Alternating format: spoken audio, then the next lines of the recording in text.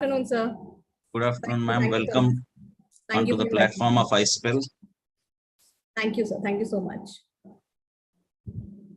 I welcome all my dear friends and new faces and everyone. Welcome you all. Hello to the chairperson, Dr. Kartika. Hello, ma'am. How are you?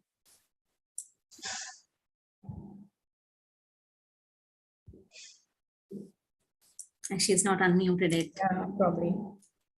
Dr. Jayanti, is Kartika ma'am there? Yes, sir. Yes, sir. She is there, sir. And Anita is also here, sir. Anita is the MOC today for today's function. Sir. Okay. One more minute to go, right, sir? Yes. Good evening, everyone. Today, we are celebrating 96 Sunday Sahityik Satsang of iSPELL. And on this occasion, I would like to invite Dr. S. Jayanti, event coordinator of this month, to introduce the Master of Ceremony and welcome the invitees. Please, ma'am. Thank you so much, Pramod, sir. It is always a pleasure to be on iSPELL forum. And this is yet another day for me to initiate a new session for today. I take immense privilege in welcoming the august gathering of erudite academicians, learner teachers, enthusiastic scholars, and my dear student participants to the 96th Sunday Sahitya Satsang, iSPELL, Indian Society for the Promotion of English Language and Literature, is a forum which has been created to facilitate and elevate. A leader is one who leads by doing the impossible, by showing the way, by flying high, and expressing that the sky is the limit. Yes, I take great pleasure in welcoming our General Secretary, Professor Ghanshyam sir.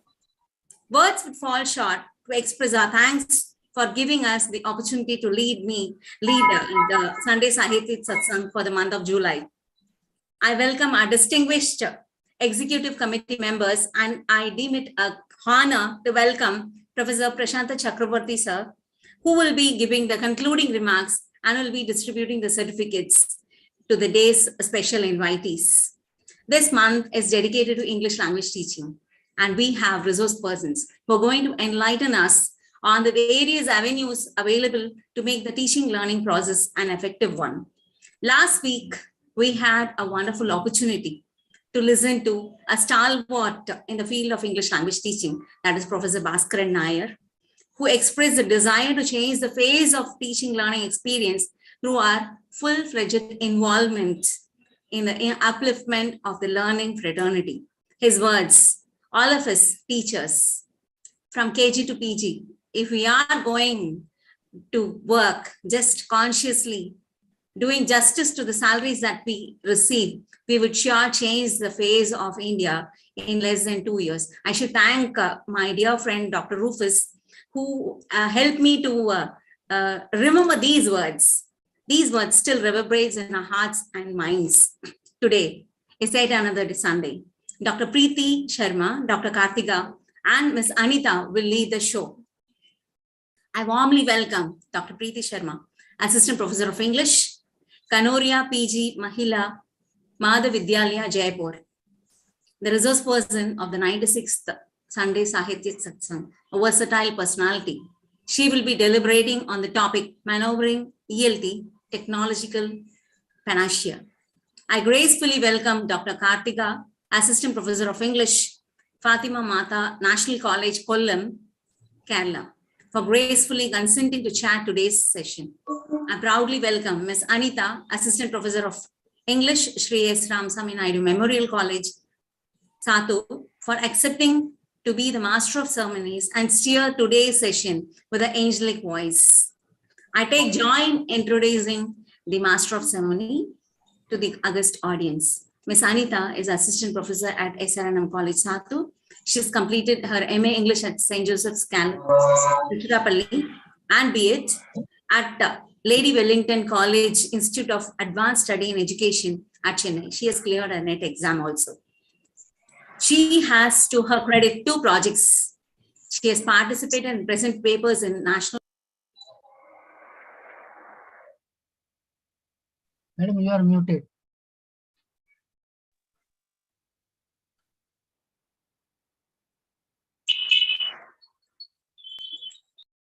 So I have been just continuing without unmuting myself. Extremely sorry, sir. So I was not heard. No. You were telling about the MOC. So Yes, sir. carry from there. Yes, sir. Yes, sir. Sure, sir. Sure, sir. So I was just shocked. Okay, she has completed her MA English at St. Joseph's College, Tirupalli, and B.Ed at Lady Wellington's Institute of Indian Studies in Education at Chennai. She has completed her NET exam, and she has to her credit 2 projects. She has participated and presented papers in national and international conferences, and has attended faculty development programs. That shows her interest and enthusiasm to forward herself, take herself to the next step in her career. She has published papers, one each in a national and international journal. She has organized and coordinated programs, which has some of them are Shakespeare's Day for the Shakespeare's Day, UN English Language Day, World Book Day, World Poetry Day, and has been a resource person for the NET coaching classes many a time. She has to her credit 400-hour international postgraduate diploma in TESOL, TESOL and TEFL programs from Asian College of Teachers, and she has done a content writing writer certificate course also. Apart from that, she has many accolades. She has won the first prize in English poems in the state level intercollegiate competition. She has won the first prize in Tamil poetry writing at the district level, and she has won first prize in classical dance, that is Bharatanatyam, and she is a gold medalist in her post-graduation. She has was an outstanding performer in her post-graduation too, and she was one among the 100 toppers in the 1,500 poets all India level poetry competition that was conducted by Super 7. When we come to her leadership skills, she has been a chairman and joint secretary in her college for the Students' Council. And she has also been a part of the TV and radio and reality shows. She has won a prize in Podigai Lagaram show, and she has compared for a RMKV Kirivel, and she has also participated and read poetry in All India Radio. With these words, I welcome Anita to carry the show forward. Thank you. Thank you so much. I welcome one and all to enjoy and learn from this session. Thank you so much. Thank you, madam. Thank you so much. Is it audible to you, ma'am? Yes. Yes, ma'am, you are audible. Thank you, ma'am. Good evening, ladies and gentlemen. I feel blissful and blissful to take a punt for this elite program, E-Sunday Sahitya. I feel so prestigious and pleasure to spell iSPELL, Indian Society for the Promotion of English Language and Literature. We have to celebrate the literature. Language is like wine upon the lips, as Virginia says. Here, the iSPELL Forum is to elevate and felicitate to flourish language and literature. Simply, language. iSPELL Forum is the greatest platform to perform and learn for all. The strong roots are the great stimulators for the successful tree with a lot of flaws and fruits. Here, I would like to welcome the founder and general secretary of iSPELL, Professor G.A. Ghanshyam, President of iSPELL, Professor Anupama Utta, Madam, Dr. President Chakrabarti, Vice President of iSPELL, India, IT Coordinator of iSPELL, Pramod M. Bengal, Father, today's big shot, keynote speaker, Dr. Preeti Sharma, Assistant Professor of English, Panacea, PG, Mahila Mahavidyalaya, Jaipur, Rajasthan. I welcome you, Madam. Chairperson, Dr. Kartika, SP, Assistant Professor of English, Fatima Mata National College, Kollam, Kerala. Welcome you, Madam. Next, the event coordinator, who is so magnanimous, who has given this precious opportunity, moreover, as my mother, Dr. S. Jayanti, convener, iSPELL Tamil Nadu Forum, Sri S. Ramasamy Naidu Memorial College, Saket. I welcome you, Madam. I thank for this opportunity too. Now is the time to give a limelight about our keynote speaker, Dr. Preeti Sharma. Dr. Preeti Sharma, Assistant Professor, Department English, Panacea, PG, Mahila Mahavidyalaya, Jaipur, with 12 years of teaching experience.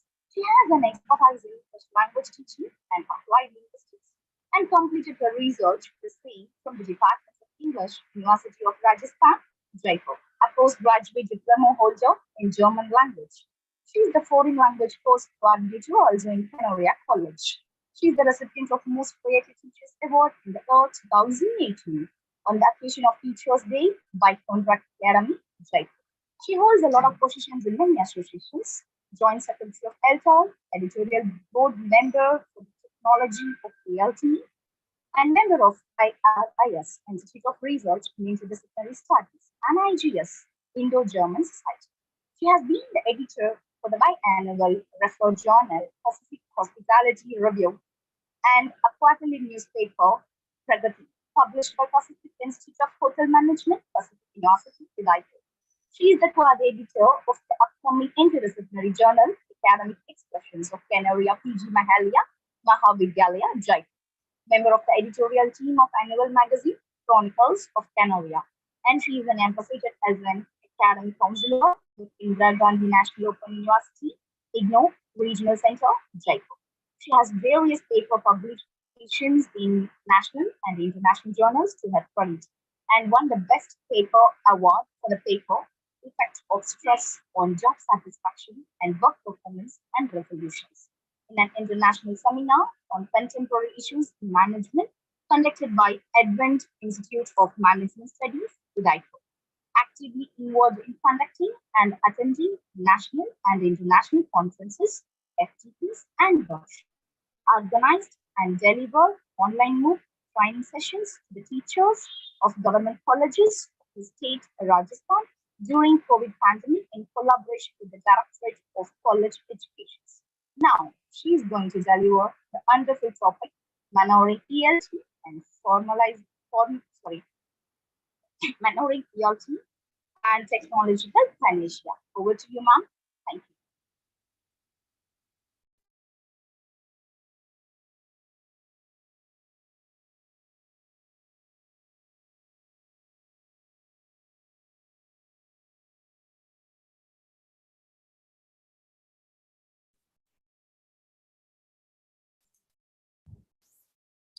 Thank you, Anita ma'am, for that introduction. My introduction among such learned people in the forum is like a drop in the ocean, you know. So I'm feeling a little embarrassed here, but then I'm always on a learning phase, and I hope to evolve more and to develop more with the blessings of all the learned people present in the forum today.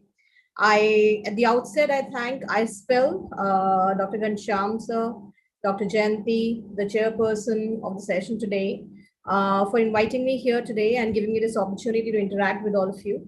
The topic today, which we are having a discussion upon, I'm saying discussion because this after this session, this topic would be open to ponder upon by all of us because we all belong to the teaching fraternity. And ELT is something which is evolving with the passage of time. And we as teachers have to walk together to bring in changes, bring in development in this area of ELT. So Manoeuvring ELT, Technological Panacea is the topic which I chose today for my talk in today's session. ELT, we all know, has been evolving with time, and technology, we are to decide whether it is a cure for the English language teaching, or it has been providing with some ifs and buts when we are talking about language teaching particularly. No doubt that technology has been a boon for all of us in past 2 years when we have been through such a bad phase in India and I mean across the globe. When we were facing that pandemic, technology was supporting us throughout to reach out to our students, and education did not stop at all, and the transferring of knowledge and exchange of information did not stop at all. And a big thank you to technology for that. So when we talk about ELT, so evolution of English language teaching and learning has evolved over time, and also ways in which ELT has reconciled with technology. We will focus upon that today. And we all know that all languages change over time, and there can be many different reasons for this. The English language here at the same place is no different. But Why has it changed over the decades? Some of the main influences on the evolution of language, they are like migration, people moving from one place to another, the switch over the continents, the colonization, the Commonwealth, and a lot of things have come into influence where we talk about the evolution of language. Then people who belong to different geographical areas, they come from places where the same language is spoken into in different ways. So no two individuals speak identically. People from different geographical places clearly speak differently, and even within the same community, there are variations according to a speaker's age, gender, ethnicity, and educational background. And for example, just a simple example to quote, nowadays what we call as dating, because youngsters can be very easily connect to it. That's why I'm giving this example. Earlier it was courting. So there are variations in language according to the change in time and the change of generation. We have observed a rise of new vocabulary. New vocabulary required for inventions such as transport, domestic appliances, and entertainment, culture. So with time, we have been observing, we have been noting down new vocabulary, and that's very delightful and enlightening when we get to know new vocabulary. And being ELT teachers, it is always a pleasure when we transfer this new vocabulary to the students and to the other people around.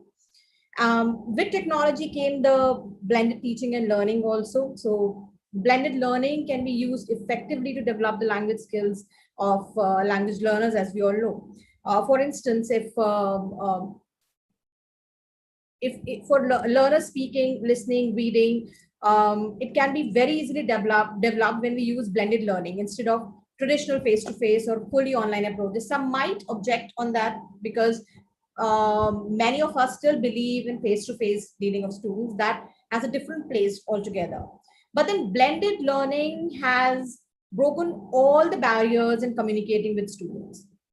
So language learners usually showed their satisfaction when both the approaches, as in traditional face-to-face and online, were combined. So the researchers, identified that there were some issues arising when designing a blended learning environment was taken into consideration. When we speak to the students, even when I, as a PhD scholar, when I went for my research, it was an empirical research when I was working on the cognitive approaches of the students in language learning. The constituent colleges of Rice University is what I approached towards. I found that students had, there were a lot of observations on the end of the students which university had to implement for their for enhancing their learning capacity.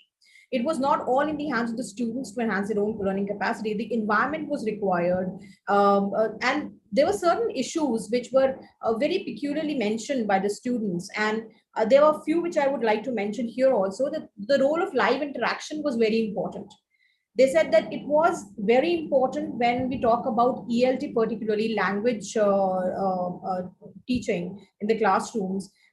There has to be a live interaction, and it is very important because when we talk about phonetics, when we talk about the pronunciation of sounds, when we talk about the grammar, when we talk about linguistics as a whole, when there is a face-to-face interaction and practice in the classroom, the students get to know more about it.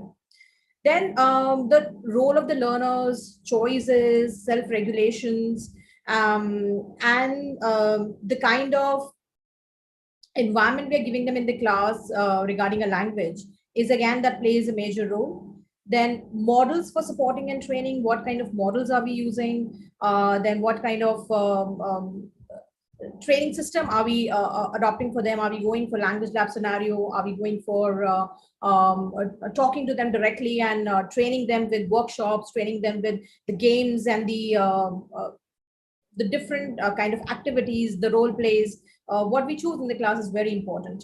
Then dealing with the digital device is again challenging, both at the part of the teacher and the part of the students also.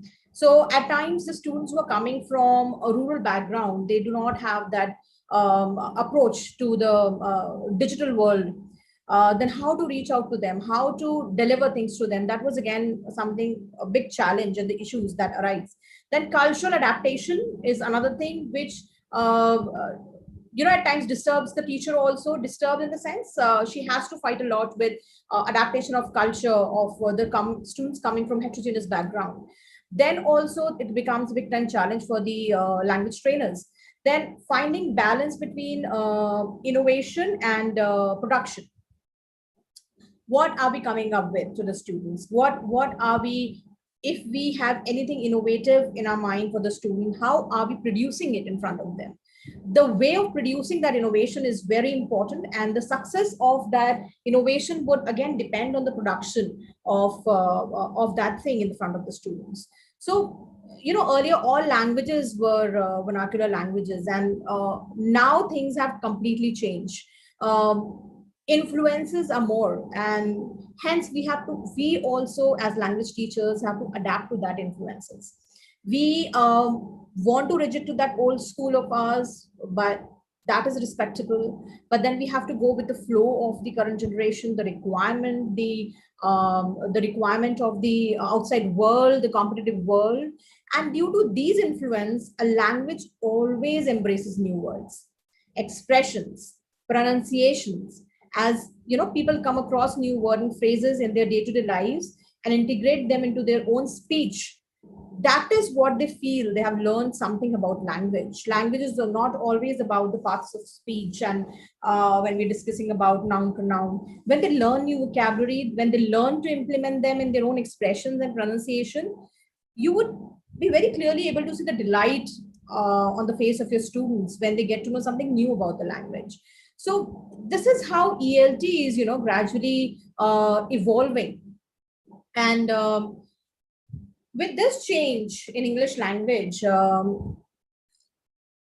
what are the major factors which we find that there in the changes? What kind of changes we generally observe these days? One big change which we see these days is the internet language, which is rising in popularity these days. We tend to stop our students. We tend to interrupt them when they're trying to use such kind of language. For instance, when they're talking about laughing out loud, they're using LOL. When you talk about you only live once, when you talk about for your information, FYI, they write. At times when the students are messaging, they tend to forget that they're talking to their teachers. And I personally still believe in that standardized form of English. I will come back to the standardized, word also. I mean, this also is a quite controversial word these days. So I always tell my students, what are you writing? You need to tell us. It's really difficult to decode what you're writing in the messages. Then they tell us, ma'am, this is the happening word these days. Have you not heard of it? So then we need to understand, probably, yeah, we have to go with the flow, what is happening, because at times these are acceptable when we read the blogs, when we read the write-ups of the contemporary writers, we get to see all these abbreviations coming up. So every decade see new slang terms like these appearing in the English language. And while some words or abbreviations come from internet or text conversations, other may appear entirely new words, a new meaning. We have heard of those derivational affixes and inflectional affixes. We have studied that when we attach something, there's a new word created. Nowadays, there's a completely new word created out of the scenario according to the contemporary scene. So a word that becomes more generalized than its former meaning, brought about by any one of the reasons above, is something which is new. That's something which is innovative. Then sentence structure is, of course, another change to English language. Earlier, we used to say, how do you do? That was a complete sentence. We used to say like this. Nowadays, like, how you doing? How it's going?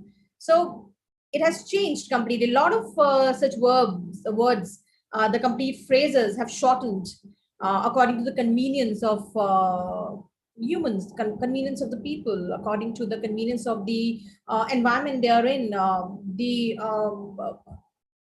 peer group they are in, and somewhere they are taking a formal place. Such kind of phrases are taking a formal place.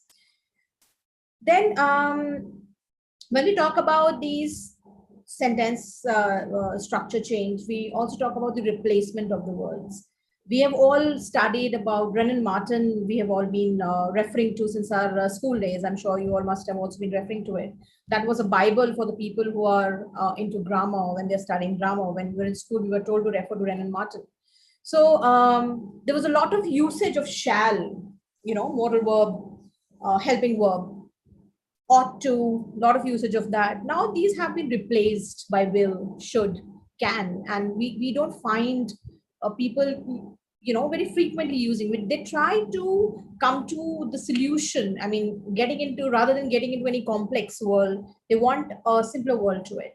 So probably that is why certain words have become obsolete, and there are simpler words coming in, or easy to remember words coming in the vocabulary of the people.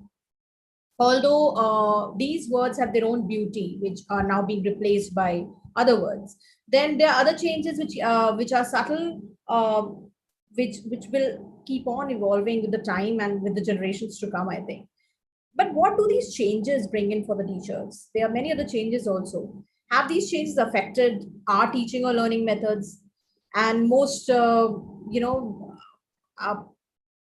before I was coming here, I referred to a lot of books also. I mean, how the ELT has been evolving with time, and with our practical experiences also, hands-on experiences also, we have observed that there are many things that are coming in which we have to accept at time. And most contemporary linguists accept that change in language is like a change in society, which is inevitable.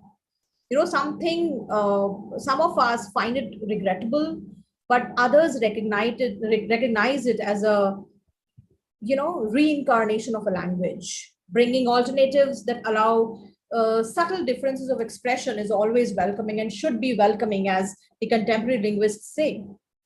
So I know, and I mean, we all know and we understand that we as teachers face a lot of problem when we encounter odd changes in the language and pronunciation.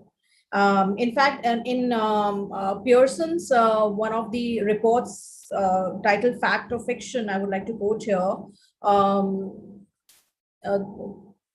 Famous writer and lecturer David Crystal considers whether text speak is undermining the English language. His response to the naysayers who claim it is damaging the English language is to point out that abbreviations have been around for a long time, while some such as the ones we discussed above also, or the other new ones also which are coming in, and they are disturbing the complete scenario of the English language perhaps.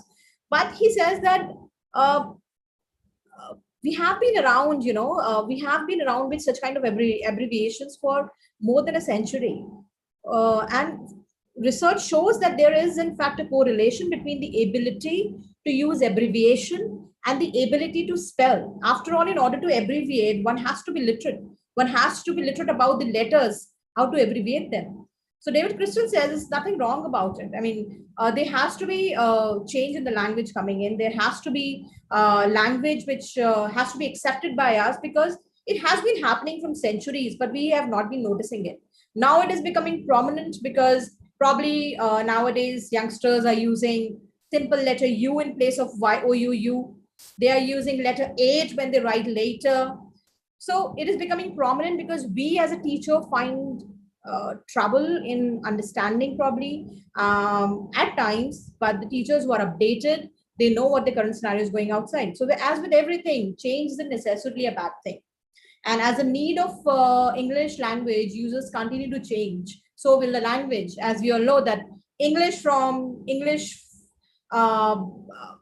foreign language to English as the second language has also evolved. Earlier it was English as a foreign language. Now English is a second language for many of us and for many countries for that matter. So I would like to mention about another linguist here, Randolph Quirk, in his book, English in the World, Teaching and Learning the Language and Literature. He says that the contrast with the position of English 400 years later is extraordinary. For between 1600 and 1900, speakers of English pushed themselves into every part of the globe, so that at this present time, English is more widely spread.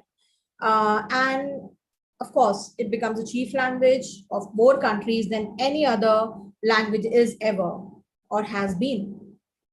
But there are millions of people who live in countries where English is equally not a native language, but where English is in widespread use for what we may broadly call, say, internal purposes as well, as in administration at administration level, in education, in maybe media, in entertainment. So such countries range in size from India, struggling with probably economic development and other development issues. So by this reason, probably and much wider role of English in these countries, where the language is usually designated in the constitution as one of the national languages, it is inappropriate to regard English as merely a foreign language, because there are a lot of important administrative purposes where English is being used. So it cannot be considered as foreign language, perhaps.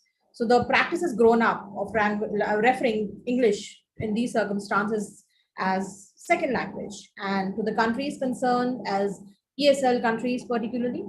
So a very a beautiful thing which Rudolf Quirk has mentioned in his book is about our Indian university, the Great Indian University Institution in Hyderabad, which specializes in training expert languages, as we all know. Interestingly proclaims, he says, that this distinction in its official title, CFL is the name of the university, Central Institute of English and Foreign Languages.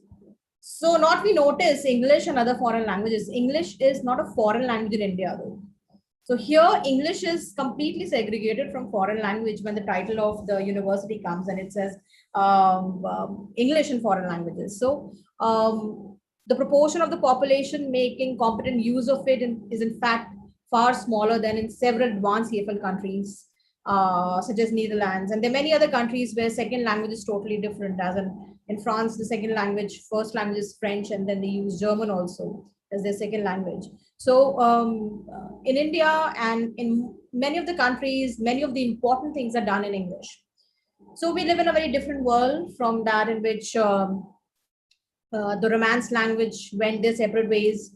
We have easy, rapid communication, technology. We have increasing dependence on common technology, whose development is largely in the hands of multinational corporations these days, as we all know. And moreover, we have a strong will to preserve this intercomprehensibility in English. So as I talked earlier also about the standardization of English, when we talk about all this importance of English coming into scenario in administration, in education, in media, mass, entertainment, we talk about the standardization of English. It has always been known that Americans spoke differently from British, but this was not the cause to decide which of these was standard. Moreover, since in neither the US nor the UK was selected accent that of anything like majority of speakers, there were further implications. There was a further implication. The standard language is inevitably the prerogative of rather special minority, as we all know. Meanwhile, the early 20th century also saw the rise of another development, the professional teaching of English worldwide to those for whom it was not a native language. Now we know the importance of professional communicative English. We have been knowing that, people outside are inviting students to teach them what professional English was all about. It's not just about English. It's not just about English language. It's about professional English now. So this has happened. This has evolved. This has actually taken place in past 20 years. So this, differences between American English and British English are smaller than the differences within either.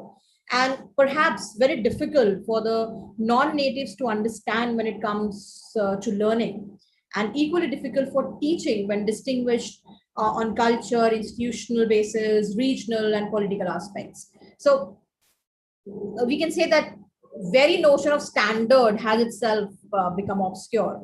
And there are in fact good reasons to react to this notion of standards in language. On part of the teachers, teaching of a heavy standard has been known to meet the competition outside. There's a lot of pressure on the teachers to meet the as I talked about professional English, we have a lot of pressure. I mean, this college who have placements in the campus. The students have to, at the end moment, they have to decide upon how to appear for the interview. Now, who's to look for? The English teacher. Why? Because they have to teach them what professional English is. They have to tell them how would they appear for the interview. They have to tell them what kind of verbology has to be used when they are appearing for the interview. What kind of language, what sentences they are supposed to use. So all this happens when the competition of the world outside is immense, and the teachers, the pressure comes directly on the teachers of English language. So as mentioned in the book by Randolph Quirk, I Coach, such insistence on standard English is suspected of stifling creativity in whatever particular variety of language is most natural to a particular youngster. Certainly, ordinary folk with their ordinary common sense have gone on knowing that there are standards in language, and they've gone on carrying out to be taught them. There are only the most dubious advantages in exposing the learner to a great variety of usage, no part of which he will have time to master properly. Little of which he will be called upon to exercise, all of which is embedded in a controversial social linguistics matrix he cannot be expected to understand. So we have to decide as teachers how creative, how uncomplicated English language can become for the students. Because for them, it is not necessary to understand the complexity which lies within, which we as teachers have to solve and propose to them. So the other day I was reading an article by Korean TESOL president, Yilin Sun, and she wrote different trends which have come up in the field of ELT in the past few years. So I would like to mention here a few trends which she talked about. I think that will be beneficial for all of us because I found that article to be pretty interesting. She talked about the changing perspectives on English teaching and learning. She said that over the last 50 years, and especially during the last 20 years, the ELT field has seen a dramatic change in our views of the role of English language teaching. English educators have realized that many language learners know more than two languages. So English is not simply their second language anymore. And with this awareness, acronym for the field have also evolved from TESL, Teaching English to Second Language Learners, to TESOL, Teaching English to Speakers of Other Languages. So this is the changing perspective she gives on English teaching and learning. Then the another trend which she talks about is changes in goals of English teaching and learning. It's not just imitating, she says. English is not just imitating. Teaching goals of ELT have changed from focusing solely on developing language skills to fostering a sense of social responsibility in students. English is now not simply a project to prepare students to imitate native English speakers as language learners, but that it should produce fully competent language users, critical thinkers, and constructive social change agents, as she quotes from David Crystal's book from 2004. Then she talks about another trend that is changes in the approaches to teaching. She said the 21st century is referred to as the post-method era by many scholars, where the focus of teaching is on eclecticism. Eclecticism involves the use of variety of language learning activities, each of which may have very different characteristics and may be motivated by different underlying assumptions also.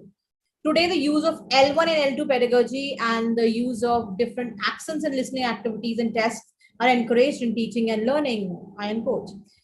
Then she talks about the another trend, changes in teaching content, curriculum designing, and assessment. And here she says that the field is recognizing the growing importance of content and disciplinary knowledge. Learning outcomes and learning standards are broader and pursue the development of not only language skills, but critical thinking, learning strategies, and related content knowledge, and the skills in the real world. And today, standards, accountability, and assessment have become a major focus of educational reform, as we all know, in many countries in the world. So we have to focus upon what kind of standard are we keeping in the language learning scenario as well. The assessment of the student is done in a way that they are taking away something with that assessment. Then she talks about another trend, which is the expanding the dimensions of communicative competence. She says a large focus of recent research and publications has been expansion of the framework of communicative competence. The implication is that when teaching intercultural communicative competence, teachers need to attend to both local and international cultures. The goal is to the aim and the goal particularly is to produce effective language users competent to use English as an international language, not just learners who mimic the inner circle countries, language and cultures.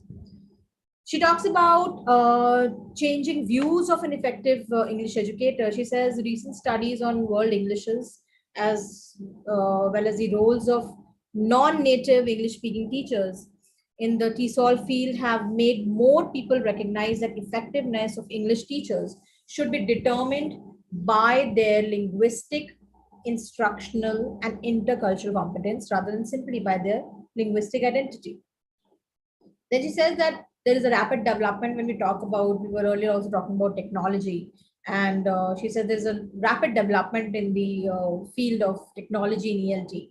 And the use of cell phones and different multimedia devices have opened endless possibilities for teachers to teach English and access information. YouTube, internet, web, ebooks, various websites have made it easier to bring real life issues to the classrooms and have a meaningful discussion. So appropriate integration of technology in the classroom encourages the students to use language in different ways. And students may know more than their teachers about how to use technology, and yet they need proper guidance from the teachers. And it is basically the exchange of the technology mannerisms and the exchange of information from each other, because generation today is much more advanced in technology than many of us, I think, and we have got a lot to learn from them. And technology at the same time gives opportunity to both the teachers and the learners to learn a lot of things in the classroom. As far as language is concerned, there's one very useful open source I came to know about when I was looking at the ELT forums. It was flippity.net. It's a very interesting place where students can go and play and learn language in a different way. It's flippity.net. So it's quite interesting. We as teachers can explore that particular platform, and we can, and it's an open resource. It's free, and we can easily access it. All we require is internet. And there are different ways and different styles of teaching English language out there, and enhancing of vocabulary, the pronunciation, the language part. Everything is available on this. So do try it if you get time for that. Then she talks about changing roles and increasing responsibilities of teachers. Of course, this we all are facing, and we faced it a lot during the time of pandemic also. It came with a lot of revolutions, a lot of changes in the field of education. And with all these new trends, the role of today's teachers is also evolving, and our responsibilities have been increasing with time. So in the 21st century classroom, teachers have multiple roles and responsibilities as mentors, as facilitators of students, learning and creators of a productive classroom environment in which students can develop the skills they will need for the 21st century workforce. And more teachers are asked to use collaborative, content-based, project-based curriculum to help students develop higher order thinking skills. Effective communication skills and knowledge of technology is a must for teachers these days. So teachers have the opportunities to co-teach also, team teach also, and collaborate with the other teachers from other disciplines. It's more important than ever that teachers receive real institutional support, including funding and release time to attend professional development activities and implement new ways of teaching and assessing learnings. Of course, this is something which she has truly mentioned, that we as teachers need a lot of support, institutional support also, in enhancing our teaching approaches and developing our professional activities.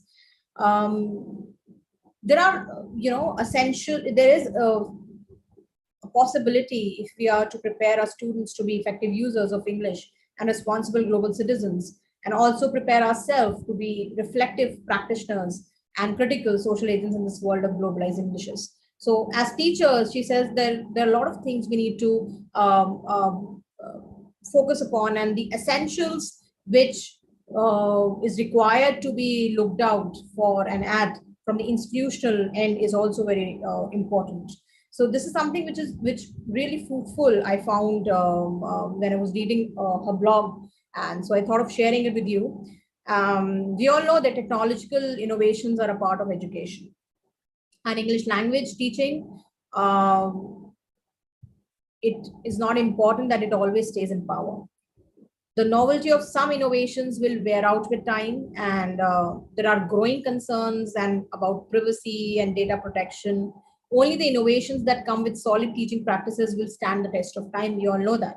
So we as teachers also have to be a little particular about these innovations and novelty which we're bringing in, that they stay with the students. They do not become obsolete as early as we never expected. So blended learning, we have seen that is very much in these days as teachers combine digital media with more traditional forms of teaching. Their course materials and resources reflect the trend. And it is a savior for the teachers also at times, and it is a savior for the students also. And when both go hand in hand, it becomes a very beautiful combination of a teacher pupil productivity, and thus both the ends are able to produce and give their best.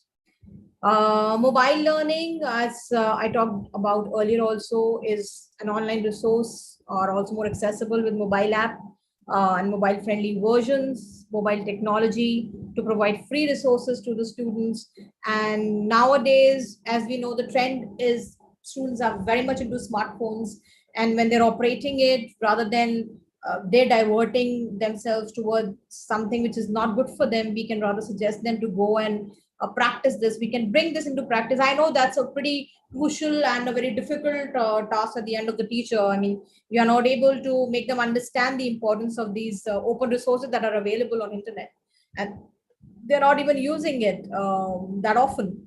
But then we can bring them in through gaming policy also. I know we as parents, gamification, we might not support it, but this can be done well. I mean, this can be touched upon successfully under supervision, because it can enhance their language skills to negotiate, to collaborate, to build friendships. And after all, any learning that takes place is incidental, we all know. So everything under supervision is always good and safe for the students, for our learners of English language. Then there's learning which is based upon embodied learning, and that learning is not just about remembering. It involves using the mind and the body, collaborating, discussing, exploring. Learning need to be learners need to learn to be more emotional, intellectually, physically, socially engaged with the society. This is what embodied learning calls for. And there are various ways. Use visual, audio, hands-on activities to stimulate and inspire learning, getting young learners to draw, create, and be inquisitive. I mean, ours is the only subject that gives us space beyond our curriculum to be creative, to teach language. I mean, as teachers, you also must believe on that. So all this, develops the young learners into socio-economic, emotional, and cognitively more strengthened human beings, citizens, responsible citizens. And when we talk about the multicultural environments, they get more exposure to through these kind of open resources available on internet. Then there is another way of learning, which is inquiry-based learning in a complex world, so to say. The scenarios that teachers come across in some course material, they can be simplified, and they might be unrealistic also at times, leading us to wonder if we're adequately training our learners for real life in the 21st century. We all know that the syllabus can be at times obsolete. The language syllabus can be obsolete, where we are still teaching the parts of speech the implementation of that is still lacking many of times in the curriculum. To practice the soft skills, to communicate with the strangers, communication skills needed to take part in the global communities of the 21st century.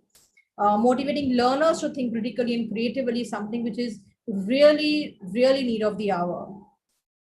Then when we talk about communicating,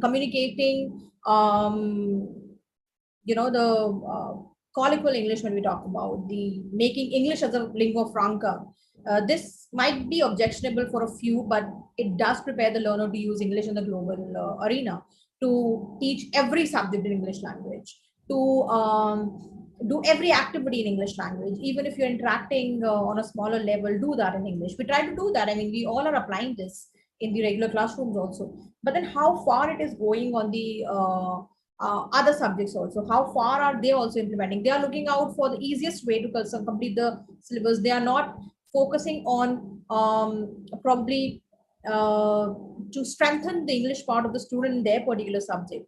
Why it has also be to the always has to be the duty of the English teacher to inculcate that in the students. It can be a process which can go on in unity with all people together. So that a process can also be applied when we talk about, and with this come the multiliteracies and trans languaging also, that encourages parents and carers children learning English to see their bilingualism as a benefit also. So all these three things go hand in hand in making English as a lingua franca, then teaching them the importance of bilingualism also, so that they understand what bilingualism is, how they can imply it in their life, how they can apply it to places where it is required. And very much important in such cases is the support of the teachers towards the learners of specific needs. At times, there is no problem in the student to learn language. At times, there's a problem where they're not able to understand due to some other reason. You know, the special children who don't understand certain things at one go as other children go. So this here comes the important role of the English language teachers, because language is something which has to be taught in a way which imbibes in a person. It is not just about teaching the rules like maths, teaching the the formulas like physics or any other subject. It is about imbibing that, because it has to go on in a day-to-day life. Then creating and sharing of the content is again where we have to go into more of charity. It's not just about taking it from the outside world. It's more about creating something from us, from our end also, and then sharing it with the world. It is very important. So all the technology methods may appeal because they seem shiny and new, but the true value of innovation lies in how much they can help learners to become better communicators in English, and the accent to which they can help teachers encourage learners in the most efficient and motivating ways.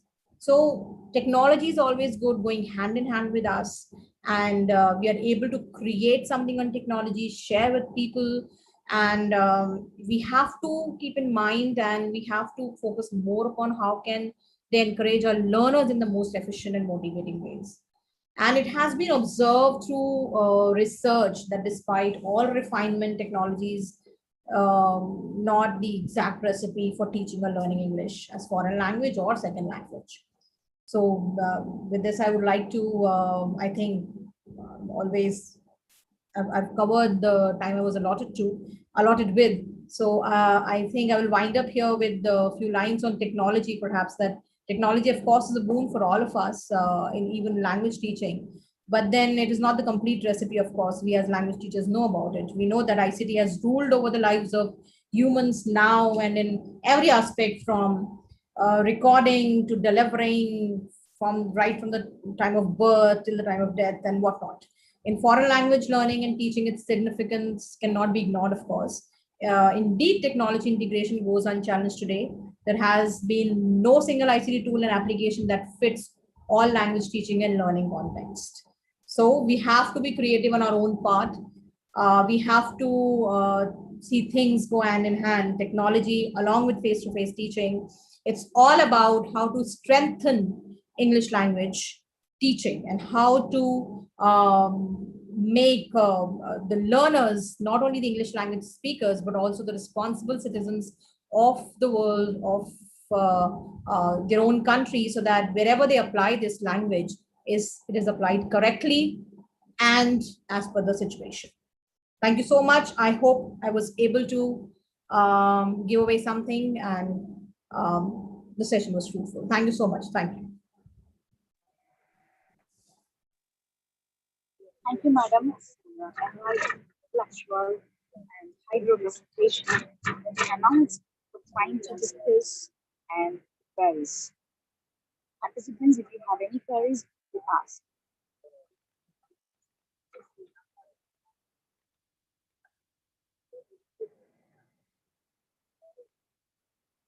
A few questions in the chat box, ma'am. How does technology support speech language and communication?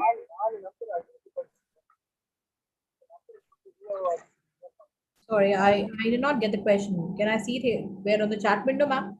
Yes, Yes, yes, ma'am. it is in the chat box. Can you repeat the question, Yes, Anita? ma'am. Yes, ma'am, sure.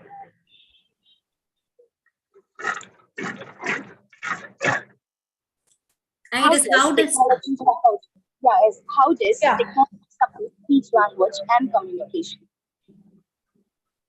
Right. So now I think the session can be open for discussion. I can answer the question. If there is anybody who can also justify the question, he or she is more than welcome, because we all belong to the teaching community. And if you have any extra input to this, we all will be glad to know that. So the question is, how does technology support speech, language, and communication? Technology, technology, we have seen that how majorly it has played role in the past few years when we faced the pandemic.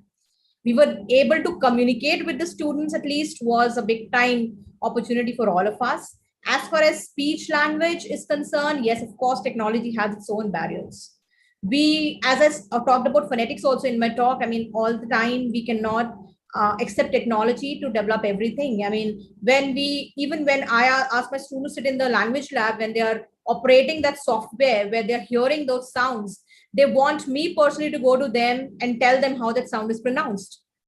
So somewhere down the line, technology has its own barrier, I think, to support speech, language, and communication.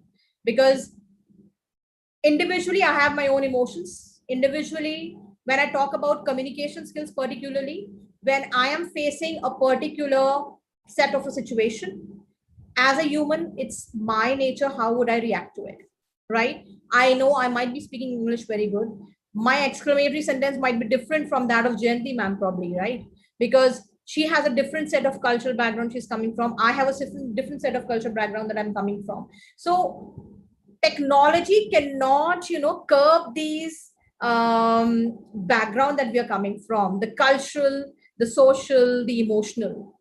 Technology can tell you, X is X, the 2 into 1 is 2. And in language also, it can say that, okay, this is an affricate sound, this is a fricative sound, this is a plosive sound. But then how to pronounce those sounds, how to shape your mouth and pronunciation of those sounds and articulation of that sound, you would definitely learn that from technology, of course. But then when we come to the real life implication of this, of course, the face-to-face interaction is very much required. I hope I was able to justify the question. Dr. A.S. Kuvama.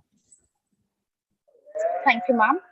The next question, how language can be considered as technology?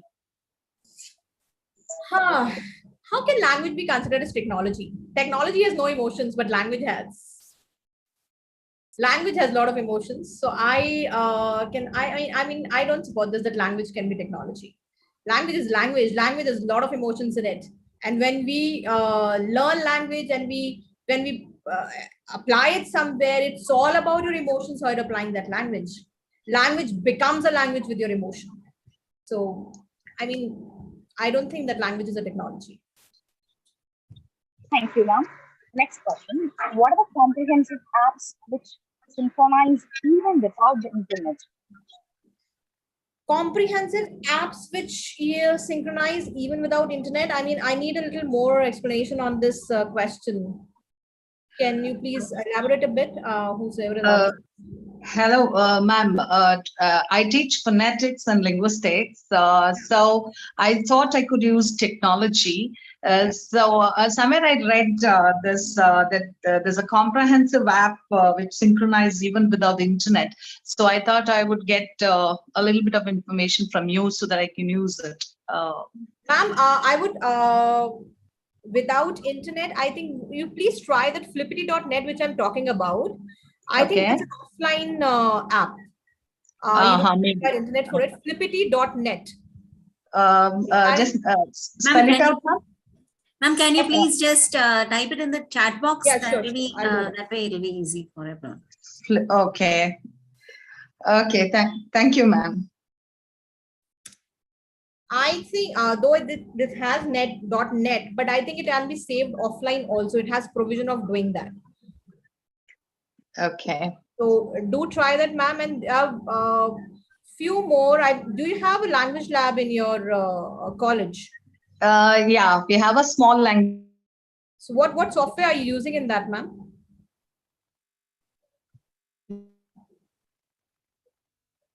lab. I think we can use it there Sorry. because I know she's using it. Or one of my colleagues, she's using Via it. language, whatever. We are using Orel in our language lab. Yes. And that software works on offline basis also. And that is a wonderful software. Okay. And Okay. there are few more of such. I mean, I'm not promoting anyone out here, but then I'm telling you with my experience. Yeah. We are also planning to install the same, ma'am, in our Yeah, college. it's wonderful. Yes. It's a very nice software for the language learners. I mean, even the non-teaching staff of our college, so the supportive Yeah. staff, they also come and operate it, and they find it very easy to operate it. I mean, it's not at all complicated. Okay. And they have a version of the mobile application also now.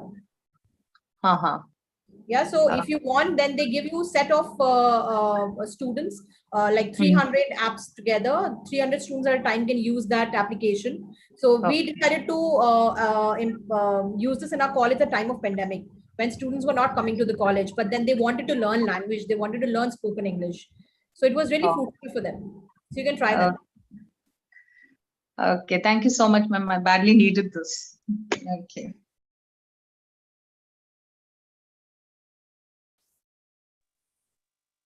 Anika, you can Thank you, just. madam. Yeah, yes, ma'am. Thank you, madam. Thank you for your great answers. Now,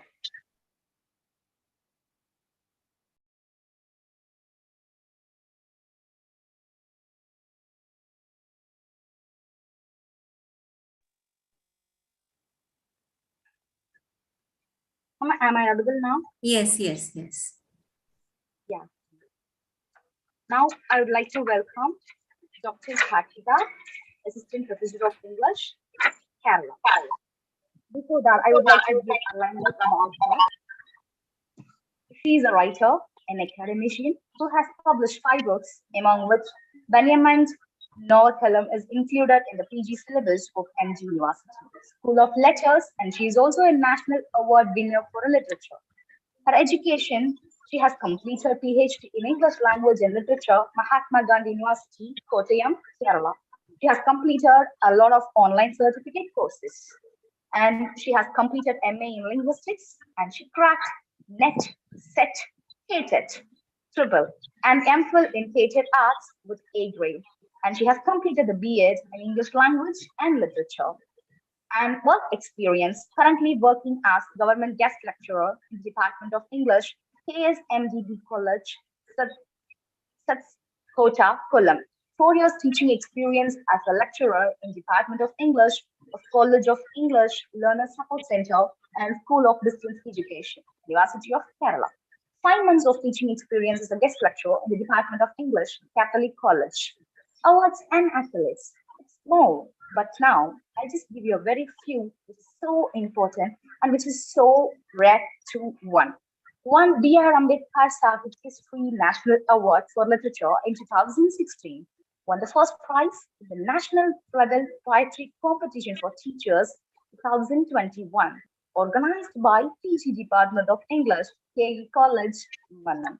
Got first prize in All Kerala Essay Competition organized by the Literary Club, Davis from Board College on the subject G Sankrapilayam, Malaya, Nadakkavyadam, 2016. And she has won the second prize and first prize of the various competitions. Got a consolation prize in the South Indian Bank History Competition 2007. And she has also participated in many extension activities. Now, I'm so honored, I'm so privileged to welcome her. Over to you, ma'am. Thank you, Anita, ma'am. Am I audible? Yeah, yes, ma'am, yes. Okay. So, ladies and gentlemen, a warm good evening. It has been an amazing evening, well spent. I thank the organizers of iSPELL and in particular Dr. Jayanti ma'am, who has gone to the end of painstaking effort to organize this seminar. And congratulations and appreciation to Dr. Preeti Sharma for her thought-evoking session on the exhaustive lecture covering various areas in connection with the technological advent concerning ELT. And it is at crossroads that we have reached where ELT itself is questioned as an academic discipline proper. To do a cartography of the fabric of ELT in the contemporary academic world, it is very significant to the analysis of the status quo of language. And the honorable speaker had mentioned about the diverse and distinctive features of, quote unquote, the internet language and its impact. Internet being a cultural platform in the meta-modern era was well referred in her lecture. The social media lingo was also significantly referred in her speech. Being a commendable lecture series organized by iSPELL, it facilitates the exchange of ideas. And it is essential that we should express our reflection, our concerns, and our dissent. So that's just does not stop with this, and we will move on with it forever and ever.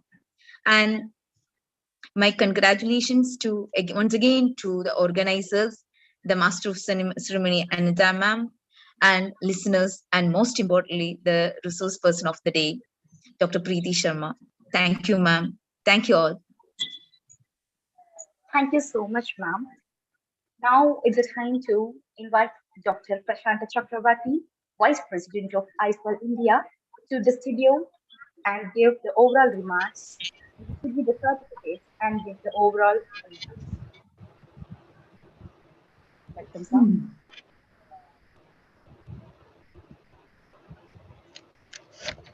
Yeah. Thank you, madam. A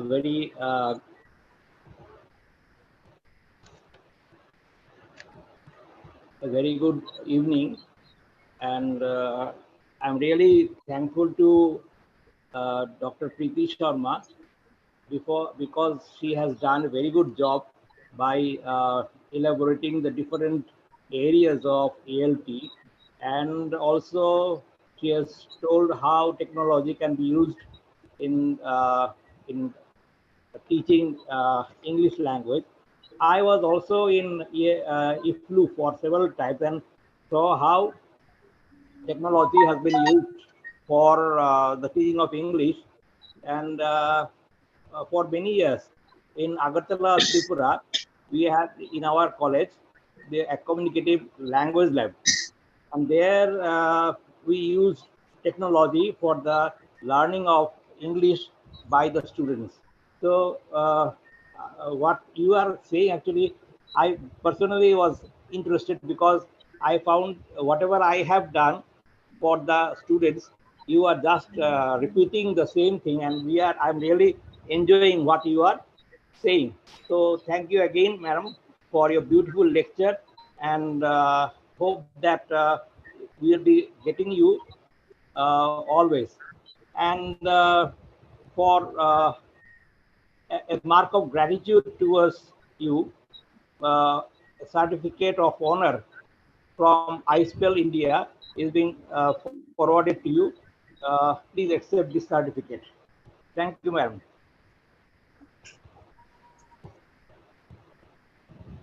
Thank you so much, sir. Thank you. Yeah. next certificate goes to Dr. Kartika for beautiful conclusion of the day's ceremony, the day's lecture rather. She is so young and so beautifully she elaborated or concluded the lecture. I am really thankful to her. And from the point of iSPELL India, I am also forwarding the certificate of appreciation towards her. Thank you, ma'am. Thank you, sir. Okay. Then comes the master of ceremony. She is wonderful. I have noticed her throughout the process, and she did her job very beautifully. And I'm really thankful that she performed it very well. So a mark of gratitude towards you from iSPELL India. I am forwarding again a certificate to you, certificate of appreciation to you. Thank you, madam. Thank you, sir. Thank you, sir.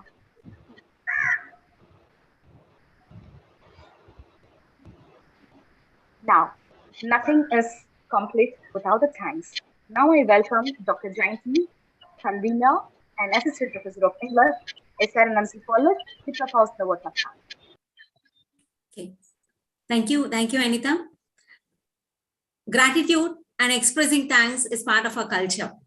I express my heartfelt thanks to Professor Ghanshyam sir for providing an opportunity to introduce new faces to the iSPELL forum and learn from them. I thank our executive committee members who support us always with their silent and powerful presence. I thank Professor Prashant Chakravarti sir for giving the concluding remarks and presenting the certificates. Thank you so much, sir. My appreciation and thanks goes to the day's lady, Dr. Preeti Sharma, for accepting to be part of the session as soon as I requested her to. I thank Professor Shalini for introducing Dr. Preeti to this forum. The elegance and the humility with which she began the session is very appealing. She enumerated the need for blending learning to meet the needs of the present scenario. She has researched extensively and provided us with a vast resources to be explored and to put to use as and when the need arises. Thank you, ma'am, for your vibrant presentation on the recent trends on English language teaching, which has attained a dramatic change in the field of teaching. Thank you so much, ma'am. Chairing a session needs a courage of its own. Preparing and presenting on an area of our specialization is, of course, difficult, but we have enough time. But when it comes to chairing a session, it is not an easy job.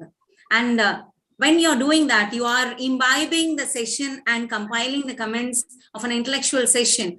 It takes a little bit of a strenuous job. And Kartika ma'am, you have really done your job. Though it was very short, you just mentioned what ma'am has said within few words. Short and sweet. Thank you so much, Kartika. Thank you, ma'am. I thank Ms. Anita for very beautifully mastering the ceremony in spite of her commitments, sudden commitments. I could understand she would have done a much more beautiful job if she had been provided with the opportunity. She was called upon some inopportune commitment. She had to go there. So that might have disturbed her a lot. But in spite of that, you did a very good job. You have been very committed and devoted to the work allotted to you, as always. Thank you so much, ma'am. May God bless you with many more responsibilities and successes. My gratitude is always there for Professor Pramod Dengle, who is always there for us behind the screens, helping and supporting with his magnanimous heart and soothing words. Thank you so much, sir.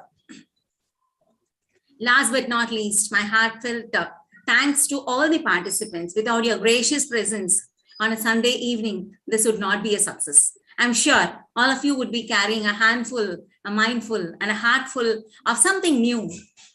See you all next Sunday with many more new faces and new knowledge from a different perspective. Thank you so much. Thank you, one and all.